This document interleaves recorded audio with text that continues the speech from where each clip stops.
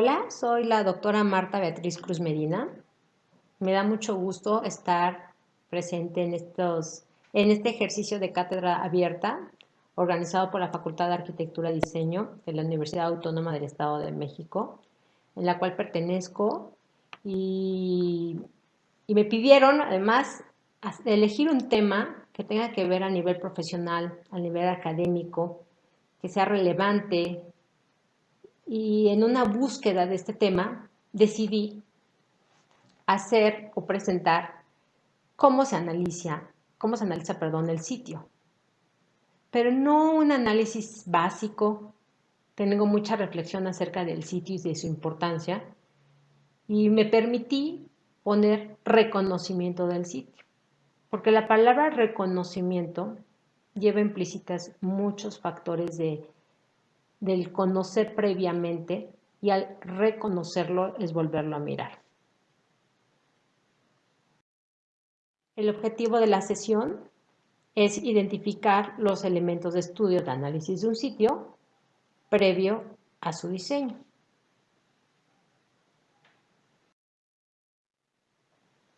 Es importante ponernos en el mismo canal, reconocer qué es. Examinar con cuidado y atención una cosa o una persona para conocer mejor su estado y formarse un juicio acerca de ella. Examinar algo o alguien para conocer su identidad, naturaleza o circunstancias. Fíjense cómo a pesar de que yo dije que era el tema que me importaba, y ahorita voy a explicar por qué es importante, dije reconocer en este término de la doble mirada, porque me permite observar, me permite examinar con atención, y si identificamos estos tres niveles, identidad, naturaleza y circunstancia, pues estaremos hablando de un conjunto de rasgos característicos que permiten distinguir el sitio de otros en un conjunto. Pero entonces ahora, ¿qué es el sitio? El sitio o el terreno, como decimos en el aula, en la vida profesional, lo hemos analizado en tres niveles. El primer nivel, que puede ser a nivel ciudad, se le llama macrourbano. El segundo nivel, que puede ser nivel de colonia o barrio, que es microurbano. Y el tercer nivel es el sitio o el terreno.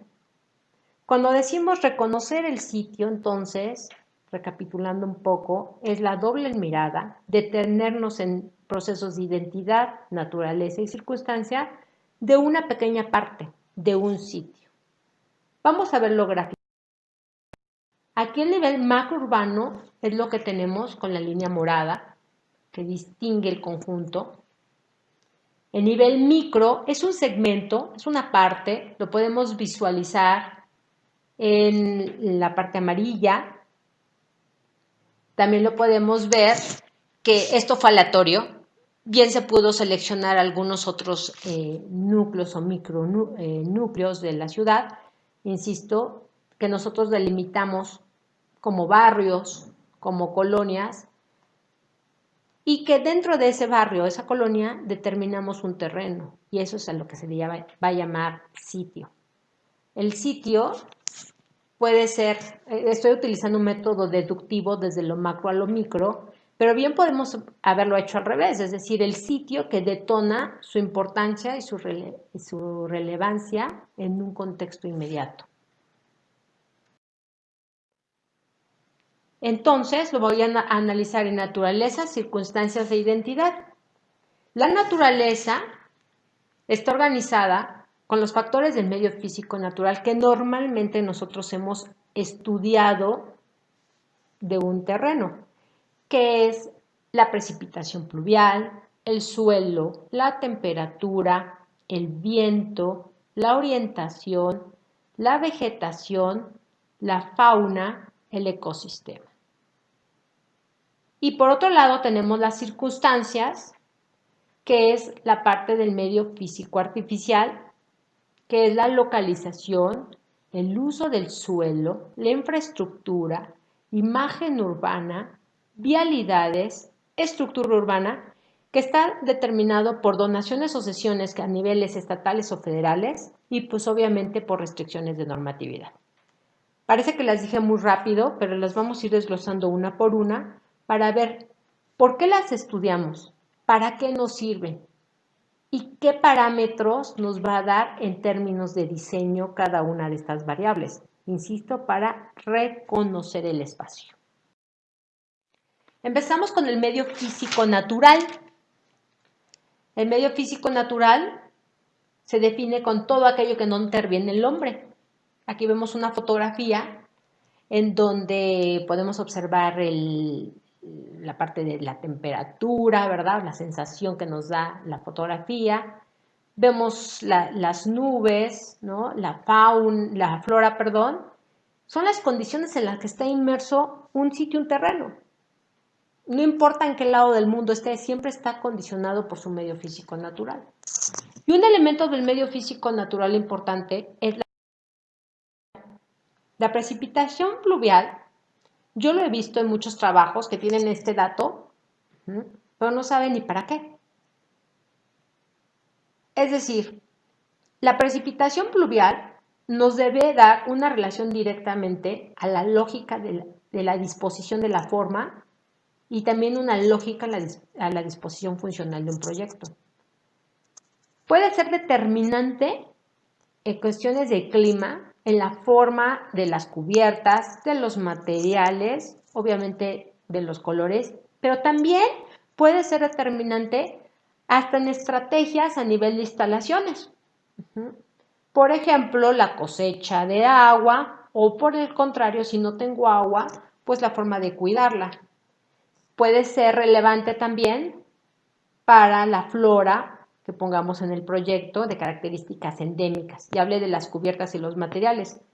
Pero incluso si llueve mucho, pues podemos poner la obra en el lugar más alto. Es importante, sobre todo si a nivel macro nos dio que era una zona inundable. Se me ocurre, por ejemplo, San Mateo Atenco. Entonces, en mi sitio debería poner la construcción en el punto más alto. Esta información también nos lleva a unas características del suelo, o se liga la precipitación pluvial con el suelo, que es la imagen que tenemos en la parte superior, porque podemos tener, pues obviamente en el suelo, pues los factores de resistencia, que está ligado con las cimentaciones, a los proyectos, una vez más a los materiales, y pues obviamente es muy relevante a niveles estructurales. Aquí podría aumentar con la lógica de correlación entre precipitación pluvial y suelo, pues lo del nivel freático. Que he visto que cuando no se toma este factor previo y construyen sin hacer un análisis de los niveles freáticos, pues presentan humedades constantemente las construcciones. Eso en el mejor de los casos. Otro factor a nivel de naturaleza habíamos hablado de la temperatura. ¿Pero qué es la temperatura? Pues se refiere a la noción de calor medible en un termómetro. Me parece un factor importantísimo. Bueno, creo que hasta el momento todos han sido así.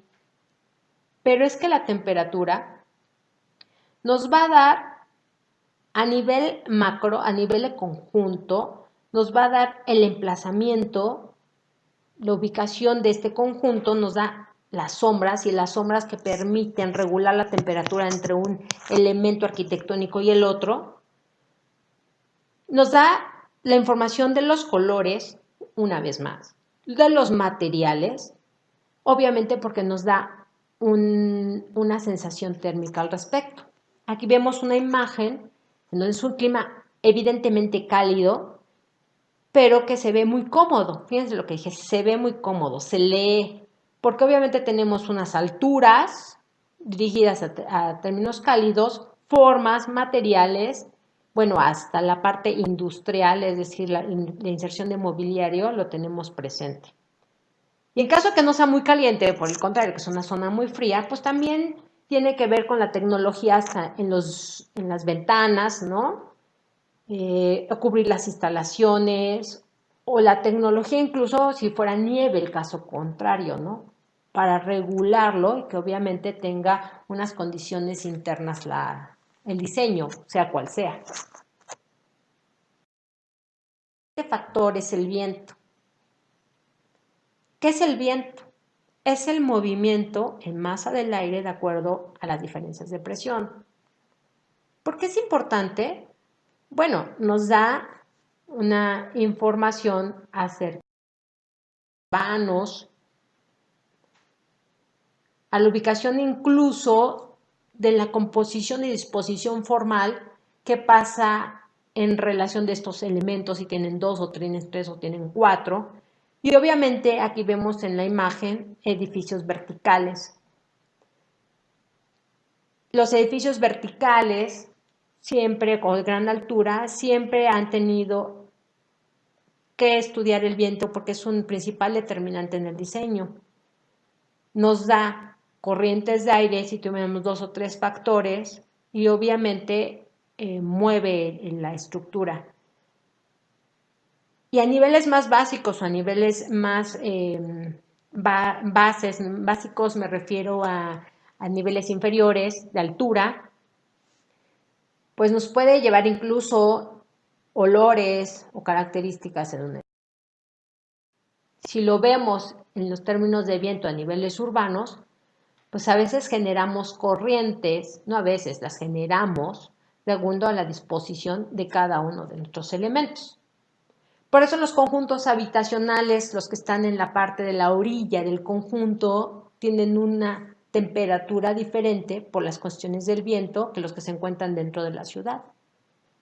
Las casas que están más a nivel rural, pues el viento con el aire frío es diferente a las casas o las viviendas dentro de los centros urbanos, aunque sea la misma zona, aunque sea la misma ciudad. Y es por eso que el viento es un elemento importante a estudiar. Estos factores anteriores pues, está englobado también con la parte de orientación, que proviene de la palabra oriente, o el punto cardinal, pues que está directamente relacionado con la temperatura y con las condiciones de la naturaleza. Y la orientación pues, nos va a permitir también esta ubicación. Aquí los quise englobar el siguiente punto, que es vegetación, fauna, que es el ecosistema. Y puse esta lámina, que es un hotel endémico en Valle de Guadalupe, perdón, que se encuentra en Ensenada, Baja California, el arquitecto Jorge Gracia, de Gracias Estudio, que es el Hotel Encuentro, y me pareció una imagen elocuente a lo que es la vegetación y la fauna. O sea, está la fauna establecida ahí, ¿no? Que seguramente tiene que ver con condiciones de temperaturas muy cálidas. Y también está la vegetación endémica. Entonces, me parece muy acertado en este proyecto que utiliza la vegetación que hay en el lugar y la mantiene. Esto nos va a ayudar hasta en términos económicos, en cuestiones de mantenimiento y no alteramos el ecosistema. Entonces, siempre la información de la vegetación del sitio es importante en términos de cambio climático, de no alteración, porque si nosotros pues, quisiéramos poner aquí pasto verde en esta imagen, pues obviamente la cantidad de agua que va a utilizar pues es elevadísima y es insostenible. Entonces, el rollo de la vegetación y la fauna pues nos ayuda a ser más conscientes de nuestro clima, de nuestro planeta y pues obviamente identificarlo nos va a dar una pauta a lo que ustedes pueden ver en términos sustentables. Ahora vamos con las circunstancias. Las circunstancias lo había yo englobado en lo que es el medio físico artificial, es decir, lo construido con el hombre. Aquí vemos un conjunto de casas, vemos incluso un mapa, pero vamos a verlo en términos macros, micros y de sitio. El primer elemento de la circunstancia era principalmente la localización. ¿A qué me ayuda? ¿Para qué necesito la localización? Supongamos que voy a comprar un terreno, una casa en un conjunto habitacional. Es importante ver las colindancias, es importante ver las alturas de los elementos y qué relación tiene con el entorno. Si fuera un sitio diferente, que no estuviera dentro de un conjunto habitacional, pues creo que también es importante los edificios que tengamos al lado, hasta en un futuro, es decir, cuál es la altura máxima que tiene por esa zona, porque en algún momento, si yo hago mi proyecto con que no tengo colindancias altas y de repente llega un edificio de 15 niveles de mis vecinos, pues esto va a perjudicar mi diseño. Entonces debo de tener esta información clara y precisa para tomar decisiones. Y esto se logra, pues obviamente, con mi localización. También tenemos los usos del suelo. Y se refiere pues obviamente a la gestión y a los distintos usos que tiene la ciudad en términos de zonificaciones. Es decir, lo que está determinado para salud, para industria, para comercio, y así está organizada la ciudad. Los usos del suelo nos ayudan a organizar mejor las zonas, darles características y nos permite equiparlas y darles infraestructura. Que por cierto la infraestructura es nuestro siguiente elemento de términos de circunstancias, que son la luz, ¿no? El agua, el drenaje, la voz y datos, me refiero a telefonía e internet. Y es que debemos de revisar en un sitio si contamos con todos los servicios, y si no, pues hay que hacer algo al respecto. Pensemos, pues los contratamos, sí, pero si fuera en una zona muy lejana, ¿qué hacemos? Pues tenemos que generar algunos términos de infraestructura, como pueden ser fosas sépticas en nivel de drenaje, que me permitan tener los servicios independientemente de que si los contaba el espacio o no los encontraba. Y obviamente esto nos lleva al estudio de la morfología que tenemos, el estudio de imagen urbana. En esta variable requiere un análisis por sí solo. Pues lo voy a resumir así en términos de morfología, como lo había comentado, que son las características comunes que tienen en la zona. Sobre todo si estás en un pueblo mágico o en un polígono del centro histórico, es para no perder el alma o la naturaleza del sitio, estudiarla, no romper con esta homogeneidad que se puede llegar a tener en unos centros históricos o pueblos mágicos que además están regulados y que me permiten tener conectividades como podemos ver en estos croquis. Las conectividades también se pueden dar a nivel de vialidad, que ya sabemos que los organizamos en primarias, secundarias, terciarias, de acuerdo al uso y la norma, ¿no?, que nos ubica. Pero a nivel de sitio, ¿cómo lo relacionamos con el contexto? Obviamente con los elementos de estructura urbana que podemos tener. Y el rollo de las donaciones o las cesiones es para darle al Estado, ¿no? Cuando se construye un proyecto hay que tener en cuenta qué aspecto, qué uso se va a tener. Insisto, esta también sería una cátedra exclusiva, seguramente, el término de donaciones o cesiones al Estado, pero en resumidas cuentas, cuando se construye, por ejemplo, un conjunto residencial, hay una donación del espacio, que pueden ser convertidas en áreas verdes o áreas comunes, etc. Y obviamente, pues la normatividad a la que está condicionado un proyecto por su uso, por su ubicación y por su población a servir. Pues todo parece muy lógico, muy común y lo hemos visto desde siempre en el análisis del sitio. Entonces, ¿cuál es la diferencia en reconocer el sitio? Y creo que la diferencia es estas cualidades o los procesos de identidad. Esto que normalmente no revisamos, pero que es súper importante. Por ejemplo, los elementos culturales, económicos, patrimoniales, espaciales, sensoriales y de percepción. ¿A qué me refiero con elementos culturales o cualidades culturales? Está englobado en identidad, en significado, en legibilidad, conectividad, comodidad visual. Es decir, hay un sentido, en cuestiones de identidad, hay un sentido de pertenencia a la zona. Este es un proceso de topofilia, es querer el lugar. y por lo tanto adquiere un significado especial para mí, para mi familia, o puede ser especial a nivel de la zona. Entonces el sitio adquiere ese valor a nivel íntimo o personal. Lo voy a poner en un ejemplo. Puede ser el caso de la renovación de la casa de los abuelos que murieron, pues tiene este valor sentimental. No es un cualquier sitio, es la casa de los abuelos. Y obviamente está ligado al significado. Ya dije que voy a analizar el sitio, estamos poniendo el análisis del sitio desde si tuviera una construcción, si tuviera en términos de remodelación o de valorar si la quitamos o volvemos a poner uno nuevo o partimos de cero. Esto obviamente nos da también los términos de legibilidad del espacio. Legibilidad nos permite comprender, nos permite leer aquello que nos parece lógico. Quizá un terreno con pendiente tiene una forma específica y una solución o disposición formal específica. Y obviamente de acuerdo a la topografía. O bien es legible a nivel cultural, es decir, está relacionado con las formas finales del diseño en cuestiones de integración, que conecte, por eso dice conectividad, que conecte con el espacio, con el uso principal del barrio, de la ciudad, que tenga una comodidad visual. A eso se refiere con la cualidad cultural.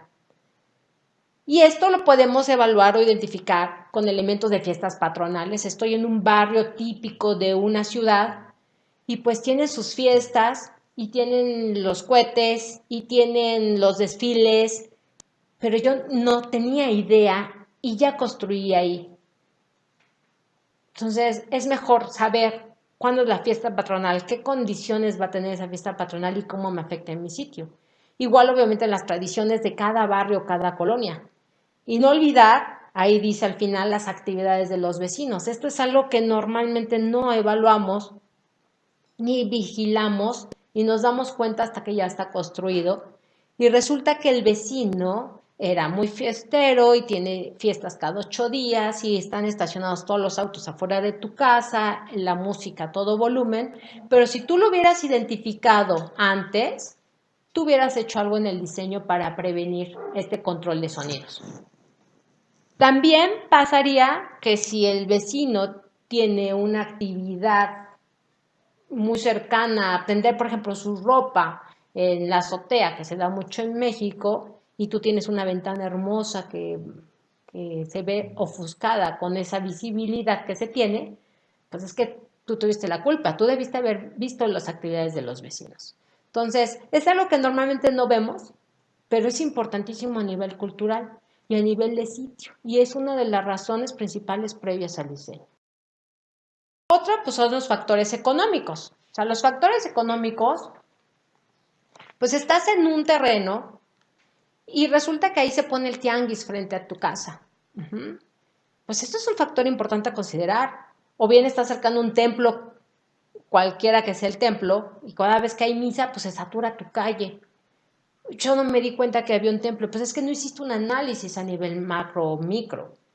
O si estás cercano a un estadio, a lo mejor se te van a estacionar, va a haber puestos o va a haber conciertos si estás en una zona cercana al centro de las ciudades o te cierran la calle con los festejos de Año Nuevo, 15 de septiembre y tú no sabías o no lo tenías frente a ti pero no lo habías analizado. Son las actividades económicas de la zona y obviamente de dónde está tu sitio. Es importante ubicarlas. Si tengo elementos de valor histórico. Ya habíamos puesto el ejemplo de la casa de los abuelos. Pero ¿qué tal si esa casa está protegida por el INAH? Pues no podemos ni siquiera remodelarlo, ¿no? Tenemos que, el rollo del sitio en cuestiones de valor económico, pues está regulada ahora por elementos patrimoniales. O bien en una excavación nos encontramos algo de valor nacional, o estamos en una calle de memoria histórica, o no podemos afectar el centro histórico de una ciudad. Entonces está regulado como polo mágico quizá. Tenemos que ver qué elementos patrimoniales, elementos de valor histórico tenemos cerca de nuestro sitio, porque a lo mejor compro un terreno y quiero hacer un edificio altísimo, hacer un edificio de departamentos, pero estoy en el centro histórico de la ciudad y no lo puedo hacer. Entonces yo recomendaría siempre vigilar los elementos patrimoniales en un sitio.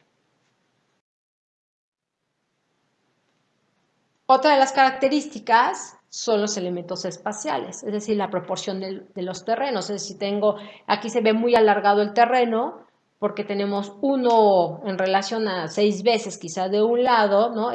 Son los mismos metros cuadrados, pues sí, pero la proporción del terreno no me da mucha oportunidad, ¿no?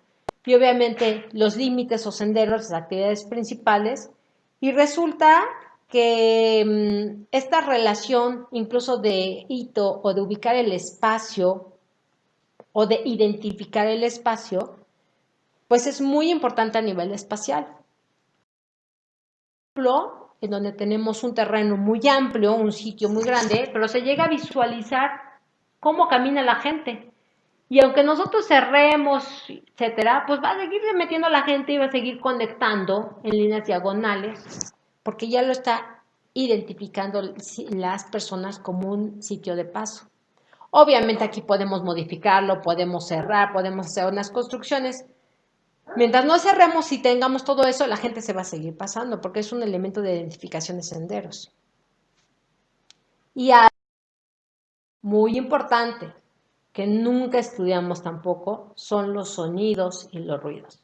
Zonas de alto ruido cercanos a vialidades o a elementos de transporte o cercanos a escuelas, escuchamos hasta el lunch, cuando llegan todos los niños, escuchamos el recreo, ¿verdad? O puede ser incluso olores.